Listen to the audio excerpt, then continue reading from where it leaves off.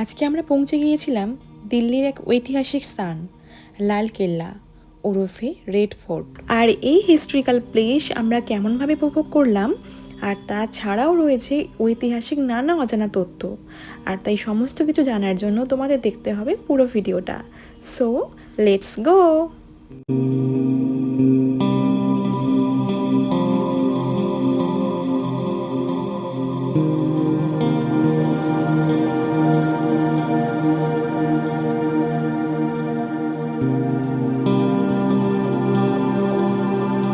1638 খ্রিস্টাব্দে শাহজাহান দিল্লি লাল কেল্লা প্রতিষ্ঠা করেন, যার সময়কাল লেগেছিল 1648 খ্রিস্টাব্দ পর্যন্ত। কিন্তু পরবর্তীকালে ঔরঙ্গজেব লাল কেল্লার বাইরে একটি দেয়াল তুলে দেন, যাকে বলা হয় ঘুঙাটবালা দরওয়াজা, অর্থাৎ ঘোমটাবালা দেয়াল। লাল কেল্লায় দুটি দরওয়াজা ছিল, একটি হলো দিল্লি দরওয়াজা, অপরটি হলো লাহোরি দরওয়াজা। আর সর্বসাধারণের জন্য এই লাহোরি দরজায় খোলা হতো।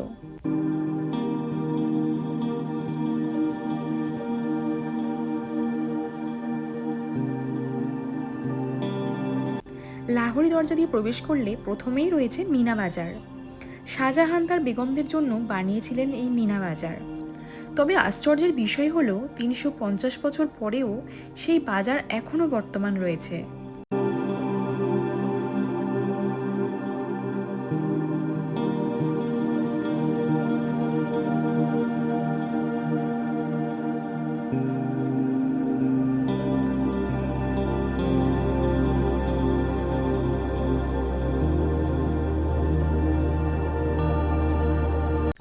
এরপর আমরা মিউজিয়ামে প্রবেশ করার জন্য পার পার্সন 100 টাকা করে টিকিট কেটে প্রবেশ করি মিউজিয়ামে।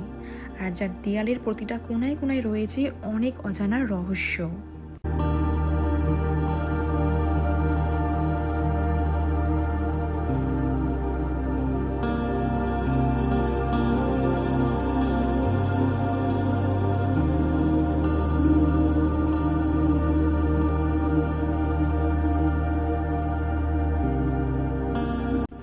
এরপর দেখা যায় ছোট্ট প্রজেক্টের মাধ্যমে দিল্লির লালকেল্লার ঐতিহাসিক সূত্রপাত থেকে আরম্ভ করে ভারতের স্বাধীনতা পর্যন্ত সমস্ত ঘটনা তুলে ধরা হয়। আর যেগুলি জানলে সত্যি মনে হয় অনেক ইতিহাসের বিষয় আমরা জানতে পারলাম।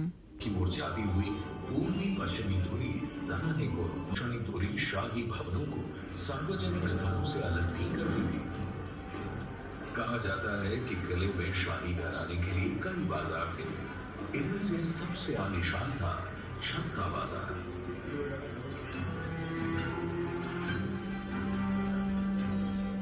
छत्ता बाजार से बाहर निकलते ही आंगन के परे किले का शासकीय प्रवेश द्वार यानी कि नौबत खाना था। नौबत खाना से होते हुए दीवाने आम के दरबार में प्रवेश किया जाता था। यह वह दरबार था जहां प्रजा शहंशाह से मिल सकती थी। शासकीय समारोह और त्योहार भी यहां मनाए जाते थे। दीवाने आम से आगे किले के सभी हिस्सों में शाही परिवार के अलावा किसी का भी प्रवेश वर्जित था। बाग, प्रशासनिक भवन, निवास और मनोरंजन के कक्ष, इन सब में शाही घराने के ही लोग जा सकते थे। दीवाने आम के ठीक पीछे रंग महल था। यहाँ शहंशाह और शाही परिवार नृत्य और संगीत की महफिलों का आनंद लेते थे।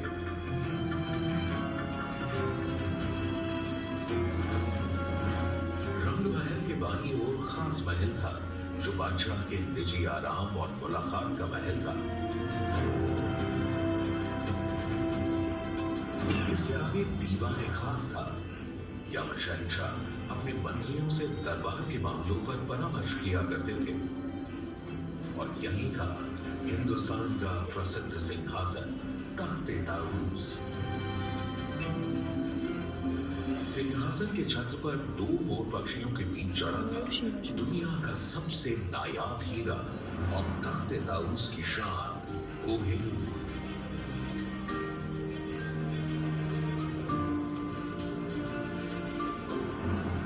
बादशाह के निवास के बगल में खूबसूरत हमाम था, जो खास शाही परिवार के आदमियों के लिए था। पूरे लाल किले के खूबसूरत भवनों में और साथ ही हयात बख्श बाग, मेहताब बाग, सावन भादो और मुमताज महल में यमुना का बेहतरीन पानी नहर बहिश्त या स्वर्ग की धारा में बहता था। 200 वर्षों तक लाल किले ने कई आक्रमणों का सामना किया और मुगलिया सल्तनत और पूरे हिंदुस्तान का दिल बनकर मजबूत खड़ा रहा। लेकिन 1857 में अंग्रेजों ने आजादी की पहली लड़ाई के जवाब में किले पर धावा बोल दिया। किले की लगभग 80% इमारतों को नष्ट कर दिया गया और उनकी जगह ले ली अंग्रेजों की बैरकों ने।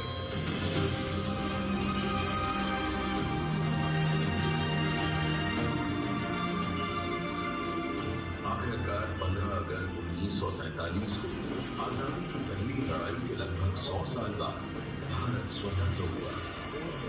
इस ऐतिहासिक अवसर पर लाल किले की प्राचीर से देश के प्रधानमंत्री ने पहली बार भारतीय तिरंगा फहराया। तब से आज तक हमारे देश की एकता का प्रतीक बनकर यह लाल किला गर्व से खड़ा है।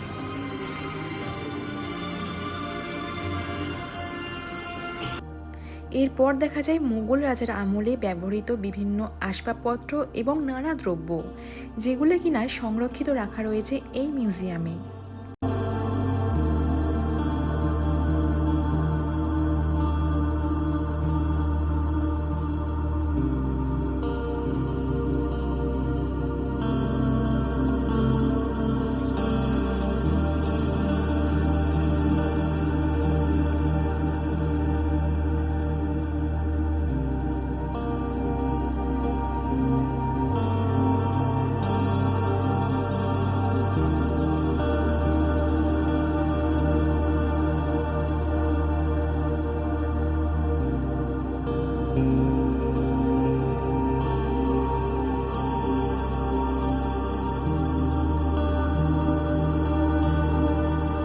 আর এখান থেকে দেখা যেত লালকেল্লার বাইরের দরওয়াজা, অর্থাৎ এখান থেকে স্পষ্টভাবে নজর রাখা হতো বাইরে থেকে কোনো শত্রু আক্রমণ করছে কিনা। অর্থাৎ বলা যেতেই পারে এটা ছিল মুঘল আমলের সিসিটিভি। শুধু তাই নয়, মুঘল রাজ আমলে ছিল বিভিন্ন ফল এবং ফুলের বাগান। তবে সেই বাগান এখন উপস্থিত না হলেও সেই বাগানের স্যাম্পল হিসেবে রাখা রয়েছে আম, গোলাপ, কফি, ডালিম এবং লেবু। তাছাড়া সংরক্ষিত রাখা রয়েছে নবাব এবং বেগমের পোশাক।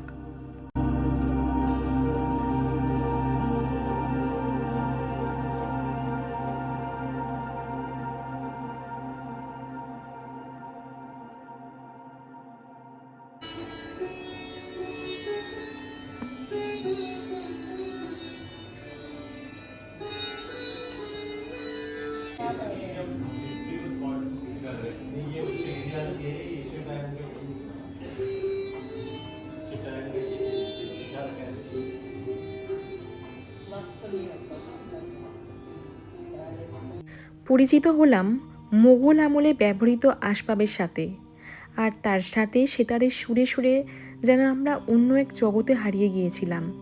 এরপর দেখলাম মোগল আমলের বিভিন্ন নবাবের ছবি, যেটি চিত্রিত হয়েছে বৃক্ষাকারে।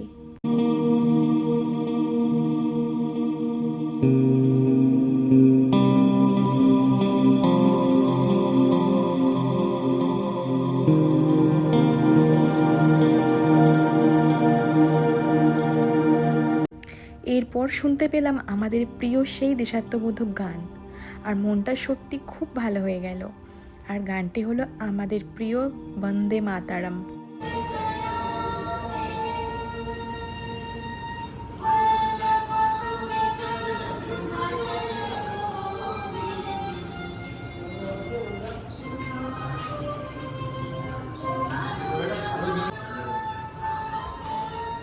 বলে দীপুদা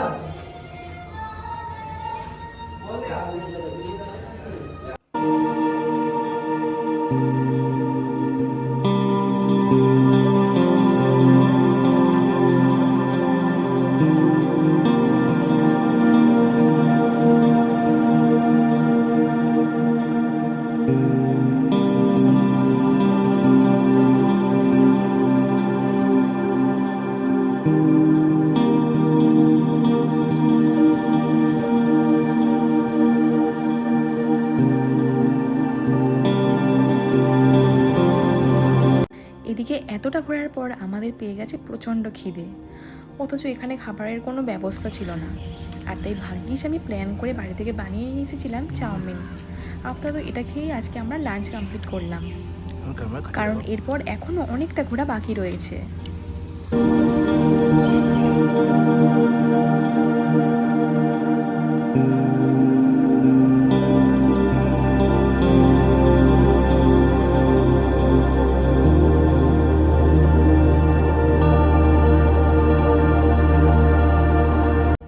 এখন আমরা মুঘল নবাবের বাগানটা একটু ঘুরে দেখলাম, তারপর একে একে প্রবেশ করব নহবতখানা, দেওয়ানি আম, দেওয়ানি খাস, রংমহল এবং খাসমহল। আর এখন আমরা প্রবেশ করেছি নহবতখানায়।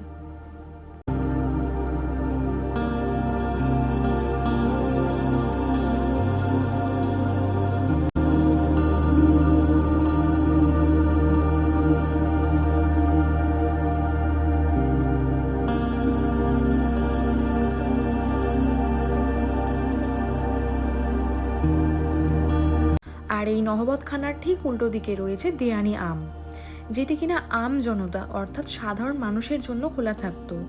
আর এই রাজ সিংহাসনে বসে নবাব শুনতেন সাধারণ মানুষের নানা অভিযোগ এবং তাদের দুঃখ কষ্টের কথা। আর এখন আমরা চলেছি সেই দেওয়ানি আম মহলে।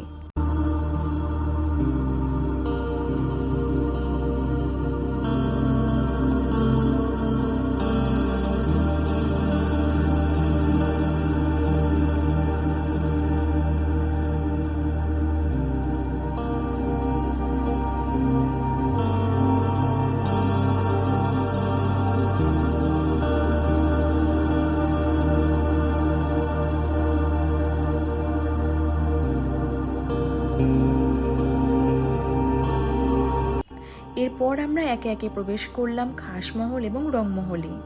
আর এই খাসমহলের বিশেষত্ব হলো এখানে সাধারণ মানুষের প্রবেশ নিষিদ্ধ ছিল।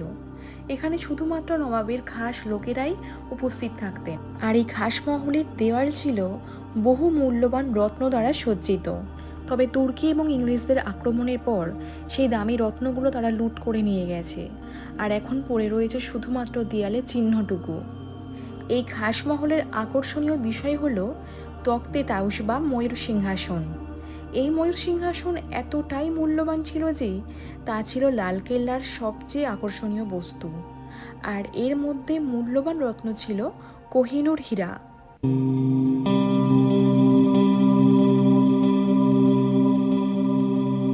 এখন আমরা চলে এসেছি মুঘল অস্ত্রাগারে, যেখানে মুঘল রাজারা যুদ্ধের সময় এমন কিছু অস্ত্র ব্যবহার করতেন সেরকমই বেশ কিছু অস্ত্র এখানে রাখা আছে।